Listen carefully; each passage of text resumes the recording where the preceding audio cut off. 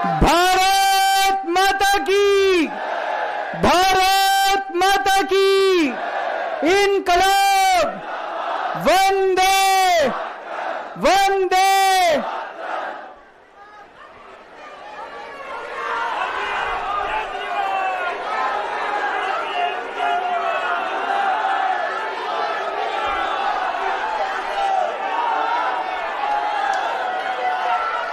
कैसे हैं आप लोग?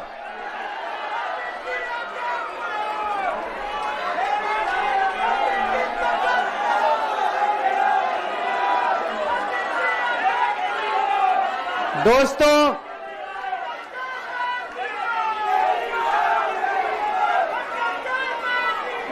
आज आप लोगों के बीच में आके बहुत अच्छा लग रहा है और आज यहां जंतर मंतर पे पुराने दिन याद आ गए। मेरे को आज भी याद है, तारीख भी याद है,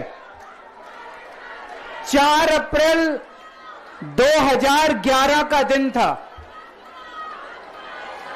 जब आजाद भारत का भ्रष्टाचार विरोधी सबसे बड़ा आंदोलन, अन्ना आंदोलन, यहां जंतर मंतर से शुरू हुआ था। भ्रष्टाचार के खिलाफ आजाद भारत का सबसे बड़ा आंदोलन 4 अप्रैल 2011 को जंतर मंतर से शुरू हुआ था। 1.5-2 साल, कभी जंतर मंतर, कभी मुंबई, कभी रामलीला मैदान। लेकिन उस वक्त की सरकार भी बहुत अहंकारी थी, उन्होंने हमारी बात नहीं मानी, चैलेंज करते थे, चुनाव लड़के दिखाओ, जीत के दिखाओ, चुनाव लड़के दिखाओ, जीत के दिखाओ, कहते थे ना। हम तो छोटे से लोग थे, हमें तो चुनाव लड़ना नहीं आता था और चुनाव लड़ने के लिए पैसा चाहिए, गुंडे चाहिए, आदमी चाहिए। हमारे पास तो ना पैसा था, ना आदमी थे, ना गुंडे थे, हम चुनाव कैसे लड़ते? पर वो बार बार कहते थे चुनाव लड़के दिखाओ, चुनाव लड़के दिखाओ।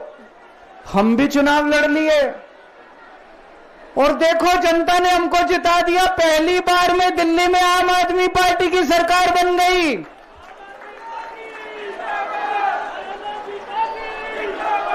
देश के अंदर हमने 2013 में चुनाव हुए थे, देश के अंदर साबित कर दिया ईमानदारी से चुनाव लड़े भी जा सकते हैं और ईमानदारी से चुनाव जीते भी जा सकते हैं। जब हम चुनाव लड़े थे उन दिनों में तो ये कहते थे सारे पार्टी वाले, अरे इनकी तो जमानत जब्त होएगी, केजरीवाल की जमानत बच जाए चाहे। पहली बार में सरकार बन गई थी दिल्ली के अंदर हमारी 49 दिन की सरकार। ईमानदारी से चुनाव लड़े थे हम, हमारे पास कोई पैसा नहीं था, कोई आदमी नहीं था, ईमानदारी से चुनाव लड़े थे। देश में साबित कर दिया कि ईमानदारी से चुनाव लड़े जा सकते हैं। पिछले 10 साल से दिल्ली के अंदर हम लोग सरकार चला रहे थे, ईमानदारी से सरकार चला रहे थे, ईमानदारी से पैसे सरकार के बचा रहे थे और ऐसी ऐसी सुविधाएं दी हमने जनता को जो कोई कल्पना भी नहीं कर सकता। बिजली 24 घंटे कर दी, बिजली फ्री कर दी, बिजली पानी फ्री कर दिया, महिलाओं के लिए बसों का किराया मुफ्त कर दिया, बुजुर्गों के लिए तीर्थ यात्रा कर दी, शानदार अस्पताल मोहल्ला क्लिनिक बना दिए, लोगों का इलाज मुफ्त कर दिया, शानदार स्कूल बना दिए, लोगों की शिक्षा शानदार कर दी, बच्चों को भविष्य दे दिया। 10 साल ईमानदारी से काम किया। मोदी जी को लगने लगा कि अगर इनसे जीतना है तो इनकी ईमानदारी पे चोट करो, इनको बेईमान साबित करो। तो प्रधानमंत्री जी ने एक षड्यंत्र रचा, उन्होंने षड्यंत्र रचा, केजरीवाल को बेईमान साबित करो, मनीष सिसोदिया को बेईमान साबित करो, आम आदमी पार्टी को बेईमान साबित करो, और षड्यंत्र रच के इन्होंने हमारे सारे बड़े बड़े नेताओं को एक एक करके जेल में डाल दिया। दोस्तों, अब हम जेल से बाहर आ गए और जेल से बाहर आने के बाद मैंने इस्तीफा दे दिया।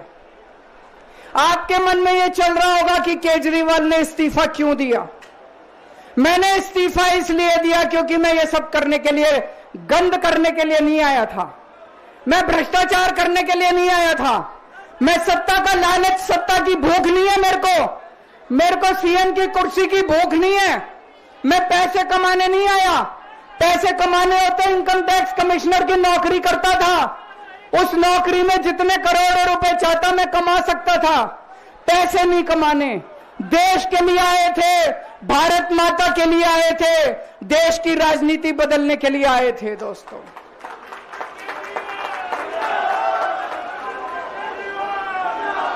इन नेताओं को फर्क नहीं पड़ता। इन नेताओं की मोटी चमड़ी है। इनके ऊपर जितने मर्जी आरोप लग जाए, इन नेताओं को फर्क नहीं पड़ता। दोस्तों, मैं नेता नहीं हूं, मेरी मोटी चमड़ी नहीं है, मेरे को फर्क पड़ता है। मेरे पे जब ये कीचड़ फेंकते हैं बीजेपी वाले, मेरे को जब ये चोर कहते हैं, मेरे को जब ये भ्रष्टाचारी कहते हैं, मेरे को जब ये गाली देते हैं, मेरे को फर्क पड़ता है। आज मैं बहुत दुखी हूं, आज मेरी आत्मा पीड़ित है, मैं अंदर से बहुत दुखी हूं और इसीलिए मैंने इस्तीफा दिया। मैंने अपनी जिंदगी में केवल इज्जत कमाई है, मैंने अपनी जिंदगी में केवल ईमानदारी कमाई है। मेरे बैंक में कोई पैसा नहीं है, मेरी पार्टी के बैंक में कोई पैसा नहीं है, मैंने केवल इज्जत कमाई है। आज 10 साल के बाद जब मैंने इस्तीफा दिया है, थोड़े दिन में मैं सीएम का बंगला छोड़ दूंगा।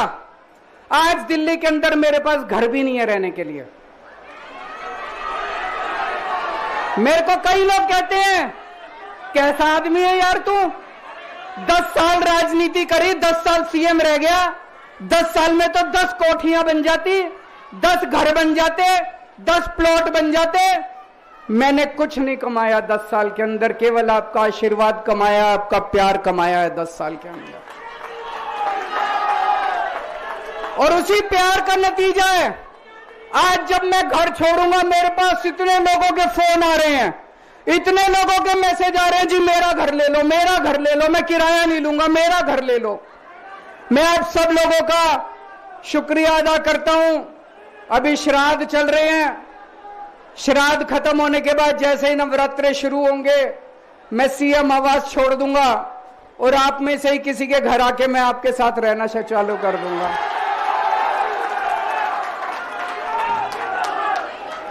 इन्होंने, मोदी जी ने हमारे ऊपर सबसे कठोर कानून लगाया, इस देश का ईडी का कानून, पीएमएलए। उसमें बेल भी नहीं मिलती, उसमें बेल भी नहीं मिलती, लेकिन केस फर्जी था। मैं शुक्रिया अदा करता हूं सुप्रीम कोर्ट का, उन्होंने हम सबको बेल दे दी, क्योंकि उनको भी पता था कि केस खत्म है, केस बेकार है। उन्होंने हम सबको बेल दे दी। लेकिन जैसे मैंने कहा, मैंने केवल ईमान, जब मैं जेल से आया मैंने मन में सोचा था, जब तक कोर्ट मेरे को बाइज्जत बरी नहीं कर देता, मैं दोबारा कुर्सी पे नहीं बैठूंगा। लेकिन मेरे को वकीलों ने कहा, यह केस अभी 8 साल चल सकता है, 10 साल चलेगा, 15 साल चलेगा, यह केस का कोई भरोसा नहीं है, यह केस अभी बहुत लंबा चलेगा। तो मैंने तय किया, मैं अपनी जनता की अदालत में जाऊंगा, जनता से पूछूंगा कि जनता मेरे को बताए कि मैं बेईमान हूं कि मैं ईमानदार हूं। मैं दाग के साथ नहीं जी सकता, दाग के साथ काम करना तो दूर की बात है, मैं इस दाग के साथ में जी भी नहीं सकता, मैं जिंदा भी नहीं रह सकता। मैं आपसे पूछना चाहता हूं, अगर मैं बेईमान होता, क्या मैं दिल्ली में बिजली फ्री कर सकता था? दिल्ली में बिजली फ्री करने के 3000 करोड़ रुपए लगते हैं।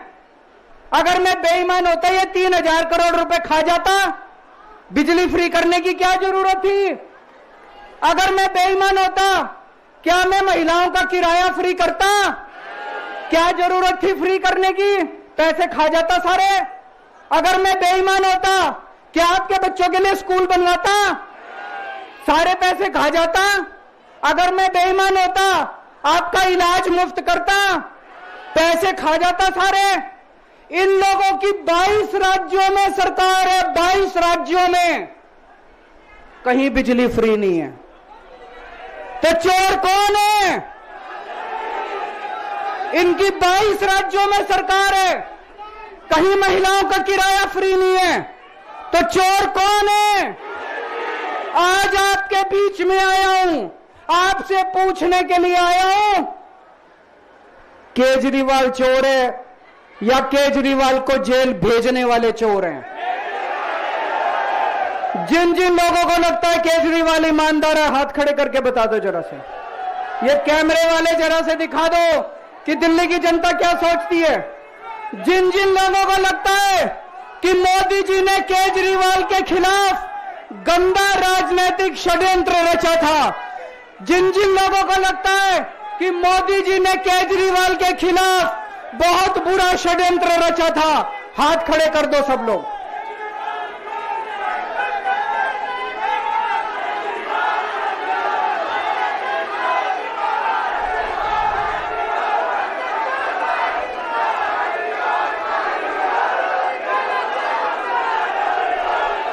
एक बात और करना चाहता हूं आज आपसे। एक बात और करना चाहता हूं, बड़े ध्यान से सुनना। एक बात और बहुत जरूरी बात है, सारे जने बड़े ध्यान से सुनना। ये आरएसएस वाले कहते हैं हम राष्ट्रवादी हैं, आरएसएस वाले कहते हैं हम देशभक्त हैं। आज मैं पूरे सम्मान के साथ, आरएसएस के प्रमुख हैं श्री मोहन भागवत जी, मैं पूरे सम्मान के साथ मोहन भागवत जी से 5 प्रश्न पूछना चाहता हूं और आपका समर्थन चाहता हूं। अगर मैं कोई गलत प्रश्न पूछूं तो बता देना, और सही प्रश्न पूछूं तो मैं आपसे हाथ खड़ा करवा के पूछूंगा।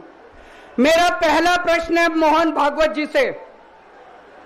जिस तरह मोदी जी देश भर में लालच देके या ईडी और सीबीआई की धमकी देके, डरा के दूसरी पार्टी के नेताओं को तोड़ रहे हैं, पार्टियां तोड़ रहे हैं, सरकारें गिरा रहे हैं, क्या यह देश के लिए सही है? मैं मोहन भागवत जी से पूछना चाहता हूं, क्या आप नहीं मानते कि यह भारतीय जनतंत्र के लिए हानिकारक है?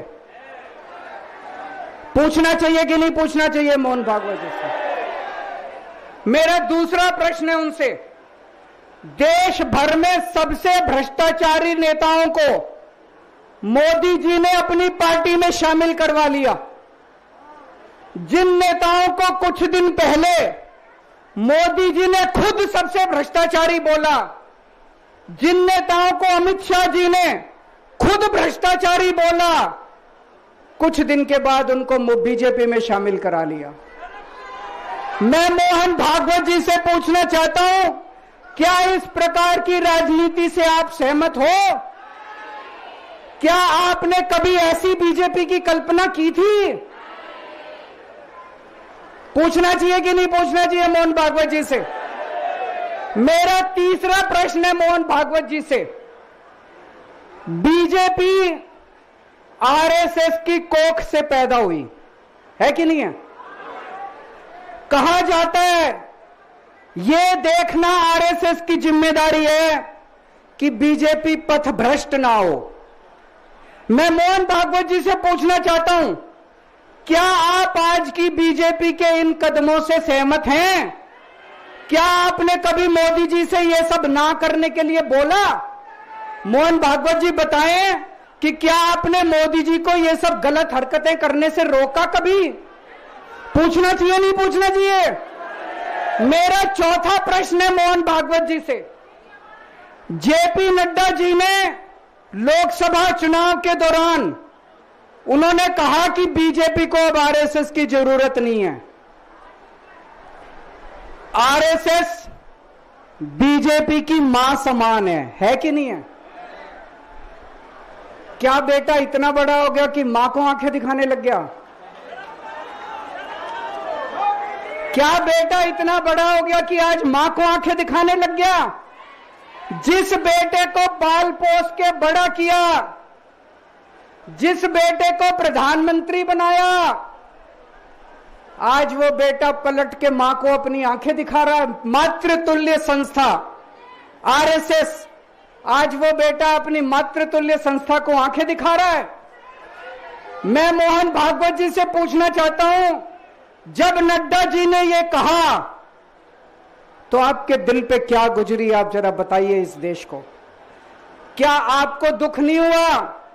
मैं आरएसएस के हर कार्यकर्ता से पूछना चाहता हूं, जब नड्डा जी ने कहा कि हमें आरएसएस की जरूरत नहीं है, क्या आरएसएस के हर कार्यकर्ता को दुख नहीं हुआ? मेरा पांचवा प्रश्न मोहन भागवत जी से मैं कहना चाहता हूं, आप ही लोगों ने मिलकर कानून बनाया था कि 75 साल के होने पे कोई भी व्यक्ति रिटायर होगा।